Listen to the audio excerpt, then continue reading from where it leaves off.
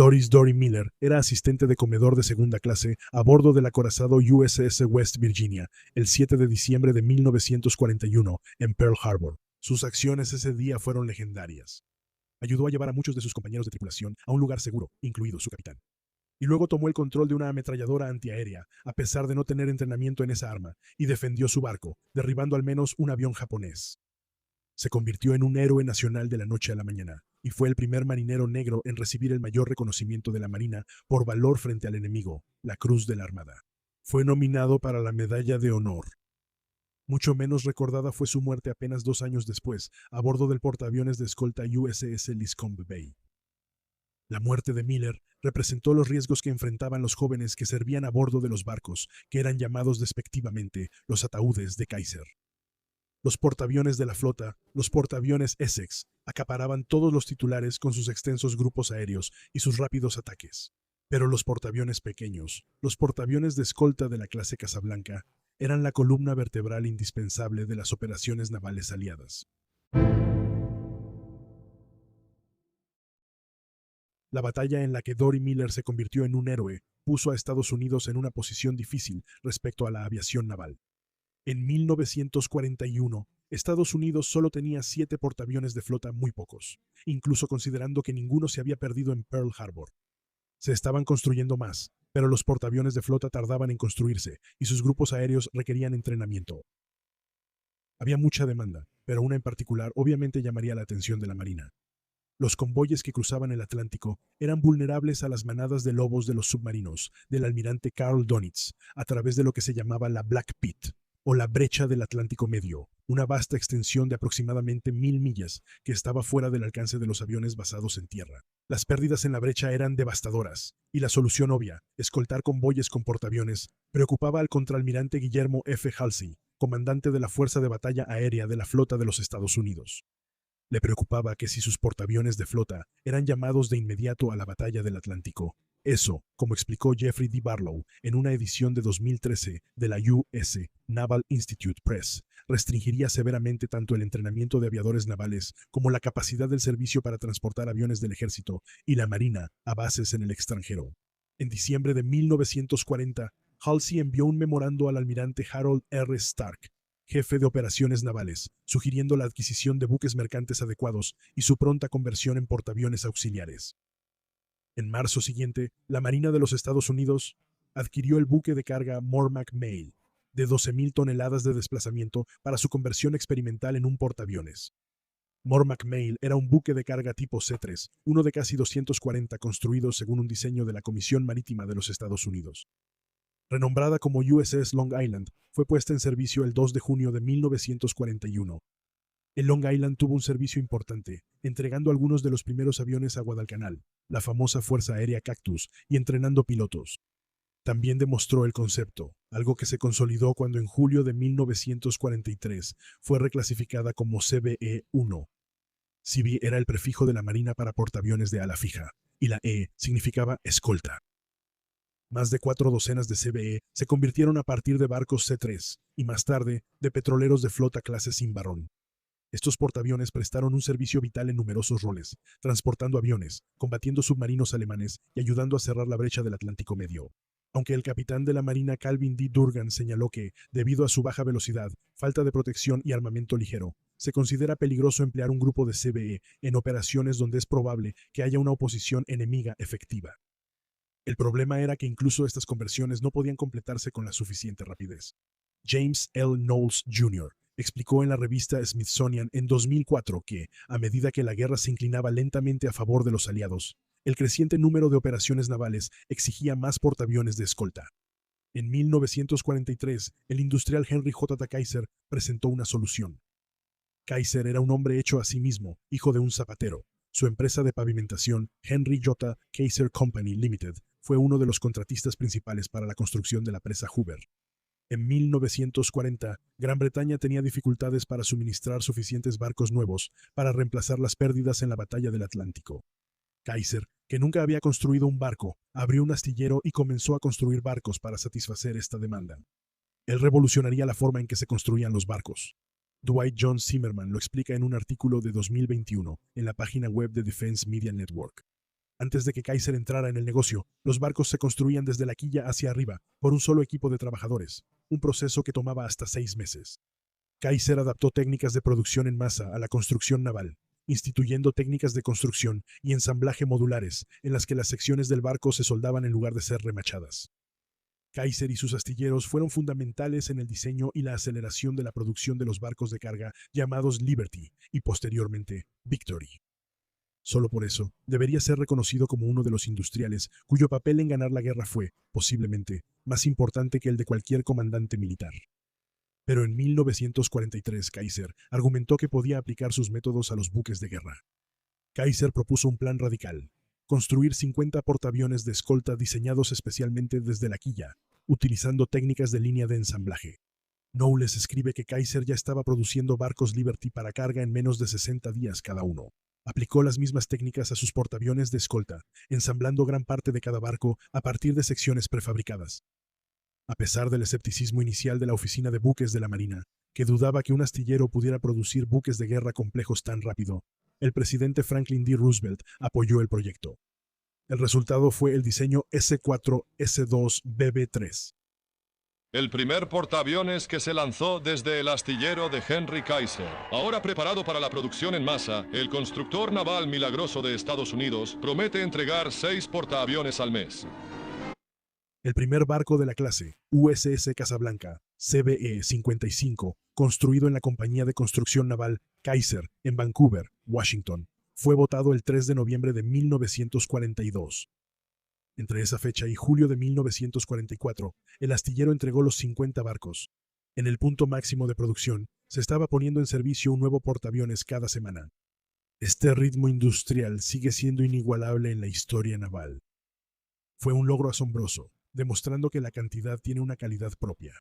La prensa apodó a los portaaviones, que llevaban un grupo aéreo típico de 27 a 30 aviones y tenían aproximadamente la mitad de la longitud y un tercio del desplazamiento de un portaaviones de la clase Essex, como pequeños portaaviones o portaaviones Jeep.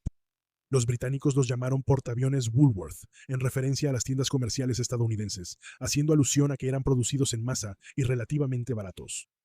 Pero la cantidad tuvo un precio. Por ejemplo, la mayoría de los buques de guerra principales usaban turbinas de vapor, pero los buques de la clase Casablanca estaban equipados cada uno con 2 motores de vapor alternativos Skinner Uniflow, verticales de 5 cilindros. Esto fue una decisión estratégica. La producción de engranajes reductores de alta precisión para turbinas era un gran cuello de botella en la industria estadounidense, y Kaiser optó por la tecnología de motores más antigua y sencilla que podía fabricarse sin competir por los limitados recursos de corte de engranajes. La elección aseguró que los barcos pudieran completarse a tiempo, pero también limitó su velocidad máxima a aproximadamente 19 a 20 nudos. La velocidad es importante en batalla, y el diseño estándar de velocidad y el apretado calendario de producción hicieron que, explica Knowles, los marineros asignados a los barcos se sintieran incómodos. Al menos un viejo lobo de mar se quejó de que la designación de portaaviones de escolta CBE significaba combustible, vulnerable y expendable. Los barcos, de 512 pies y 3 pulgadas de eslora y con un desplazamiento de 10.900 toneladas largas completamente cargados, también eran notoriamente poco blindados, lo que llevó a un apodo aún más sombrío: los ataúdes de Kaiser. Resulta que la Marina no siempre pudo limitar a los Casablanca a lugares donde no era probable que hubiera una oposición enemiga efectiva. Desempeñaron papeles cruciales, pero algunos de hecho resultaron ser combustibles, vulnerables y posiblemente prescindibles. Por ejemplo, el USS Liscombe Bay. Cuando el USS Lexington fue hundido durante la Batalla del Mar del Coral, el 8 de mayo de 1942, murieron 216 miembros de la tripulación. Un mes después, cuando el USS Yorktown fue hundido en la Batalla de Midway, murieron 141 oficiales y tripulantes. Cuando el Liscombe Bay fue hundido, el 24 de noviembre de 1943, se perdieron 644 miembros de su tripulación. Knowles escribe que el Liscombe Bay estableció un triste récord durante la guerra por la mayor pérdida de vidas en el hundimiento de un portaaviones estadounidense. Sin embargo, pocas personas conocen ese barco. Puesta en servicio el 7 de agosto de 1943, el USS Liscombe Bay, CBE-56, fue el segundo barco de la clase Casablanca en entrar en servicio. El sitio web Pearl Harbor Tours escribe que 2 meses después de comenzar su servicio en la Marina, el Liscombe Bay zarpó de San Diego hacia Pearl Harbor para participar en los primeros entrenamientos y ejercicios. Cuando terminó, se unió a la División de Portaaviones 4 y zarpó de Pearl Harbor con la Fuerza de Tarea 52 hacia la invasión de las Islas Gilbert. Fue la primera misión de combate del barco. La Fuerza de Tarea también incluía al USS Coral Sea y al USS Corregidor, el tercer y cuarto buque de la clase Casablanca en entrar en servicio. Fue la primera prueba de fuego para la clase Casablanca. El 20 de noviembre comenzó la invasión del atolón Macon, que forma parte de la cadena de Islas Gilbert, aproximadamente a mitad de camino entre Hawái y Australia. El Liscombe Bay actuaba como buque insignia de la división bajo el mando del contraalmirante Henry M. Mullenix. Knowles escribe: durante 4 días, los aviones del Liscombe Bay, junto con otros de los portaaviones hermanos Coral Sea y Corregidor, ametrallaron y bombardearon posiciones japonesas en Macon. Ningún caza enemigo los desafió, pero a medida que pasaban los días, la tripulación del Liscombe Bay se ponía nerviosa. ¿Cuánto tiempo tendría que permanecer su portaaviones lento y de blindaje delgado frente a Macon?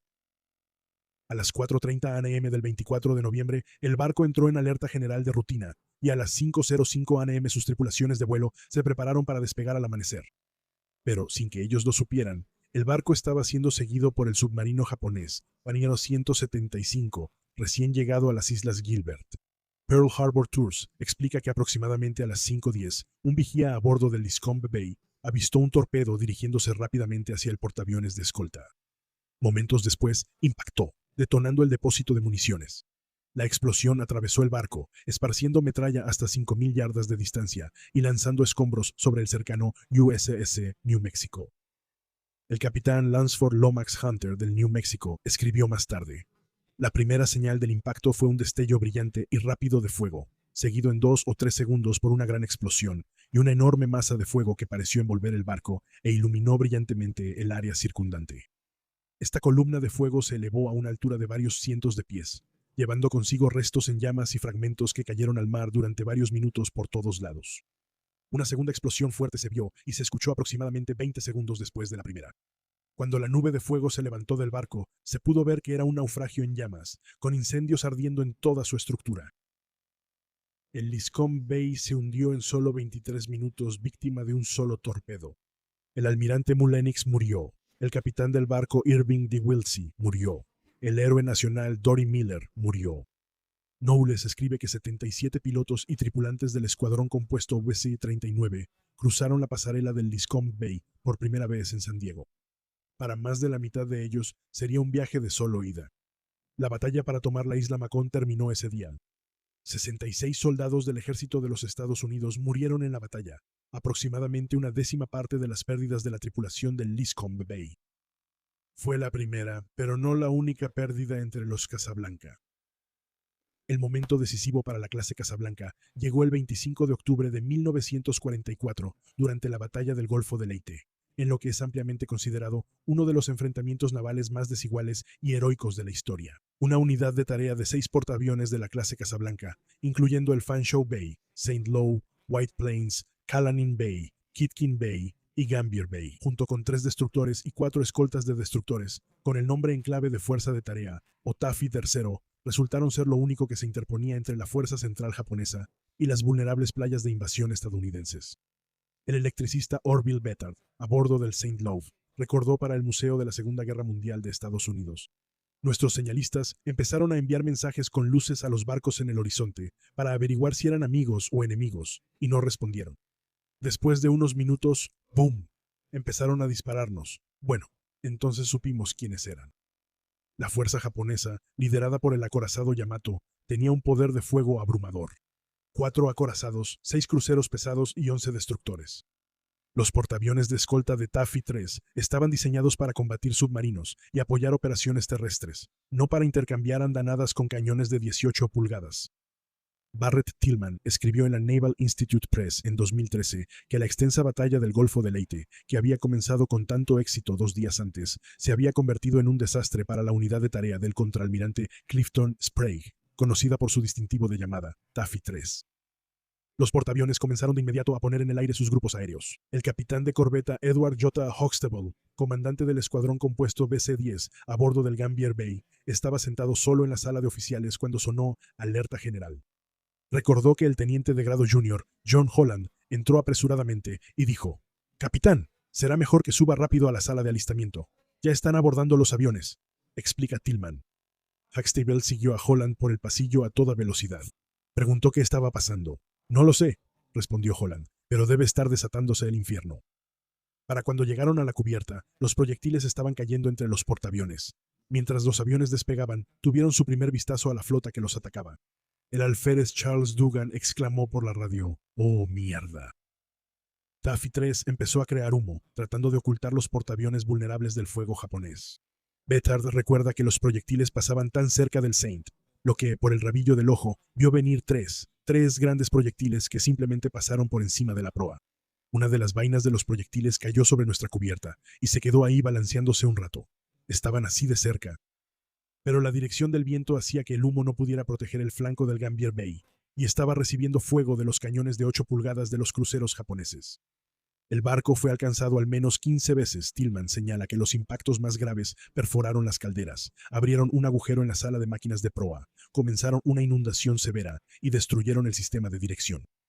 Con su barco en llamas y sin poder moverse, el capitán Walter Bowser Bewig dio la orden de abandonar el barco. Los aviones están en el aire, pero muchos se han visto obligados a despegar sin cargar armamento. Muchos de los aviones de Taffy III atacaron solo con ametralladoras o torpedos de práctica para distraer a los artilleros japoneses.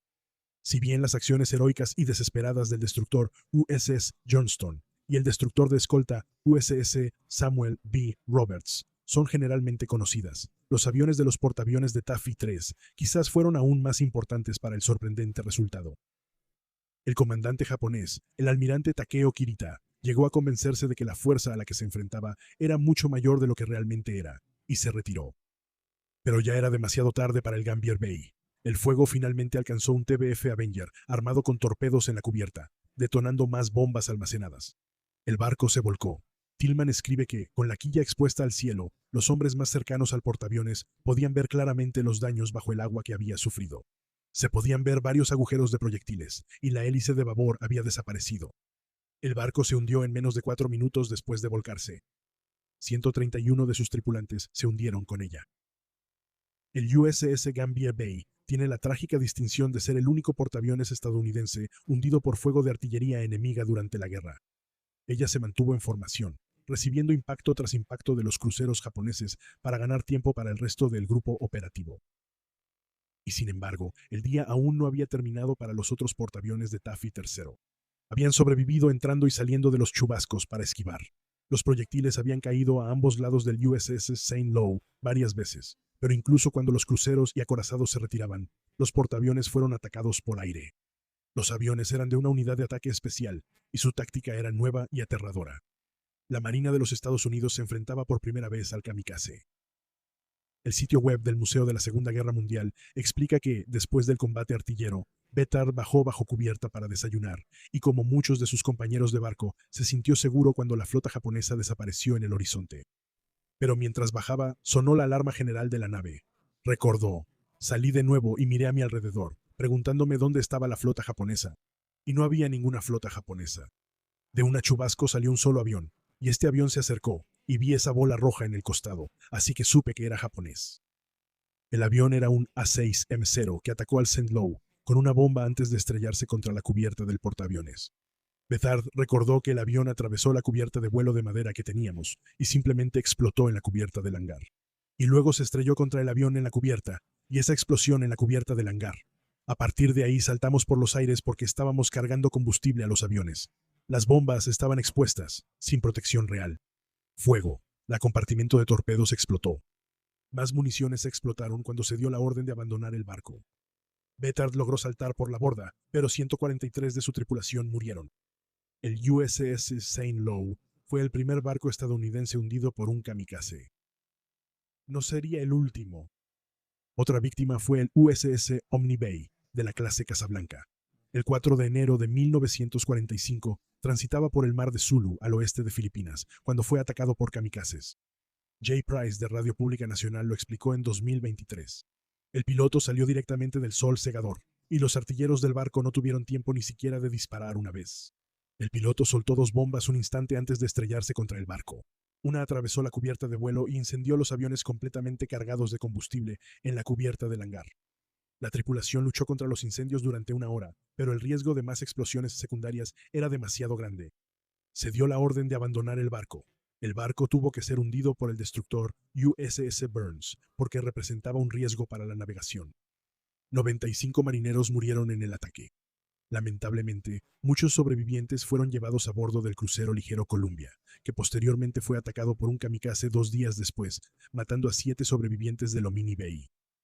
Un mes después, el 16 de febrero, el USS Bismarck C, de la clase Casablanca, navegaba al este de Iwo Jima, junto con sus barcos gemelos Bacon Island, Lunga Point, Saginaw Bay, Rugert Bay y Anzio.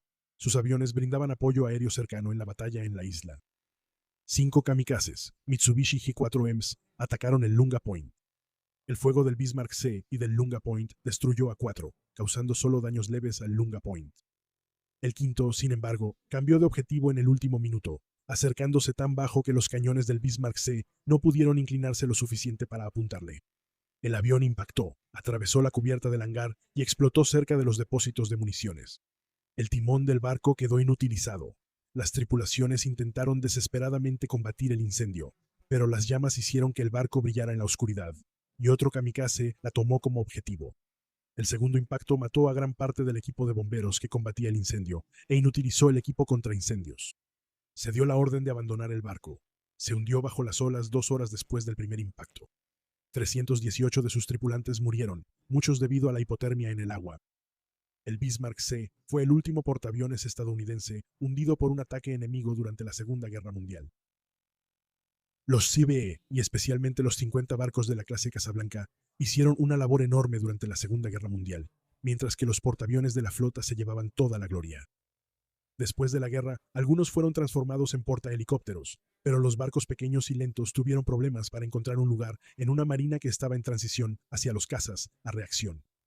El último en servir fue el USS Titus Bay, que había sido convertido en un buque de asalto anfibio, y fue dado de baja en 1964. Los barcos de la clase Casablanca y los marineros a bordo de ellos enfrentaron riesgos únicos durante la Segunda Guerra Mundial. El contraalmirante Ralph Osti, quien comandó una fuerza de tarea de portaaviones de escolta durante la Segunda Guerra Mundial, señaló las debilidades inherentes de los Casablanca. Él dijo que los portaaviones de escolta no son resistentes. Son, para todos los efectos prácticos, cascos de mercantes convertidos. Carecen de gran parte del compartimentado y de la construcción generalmente robusta de los buques de combate normales, diseñados para resistir daños. Espero que hayas disfrutado viendo este episodio de The History Guy. History deserves to be remembered. Si fue así, no dudes en darle like, suscribirte y compartir The History Guy. History deserves to be remembered con tus amigos. Y si también crees que la historia merece ser recordada, entonces puedes apoyar a The History Guy. History deserves to be remembered como miembro en YouTube, como patrocinador en nuestra comunidad y en Locals, o como patrocinador en Patreon. También puedes revisar nuestro Gran tienda de productos. Reserva un mensaje especial de The History Guy en Cameo.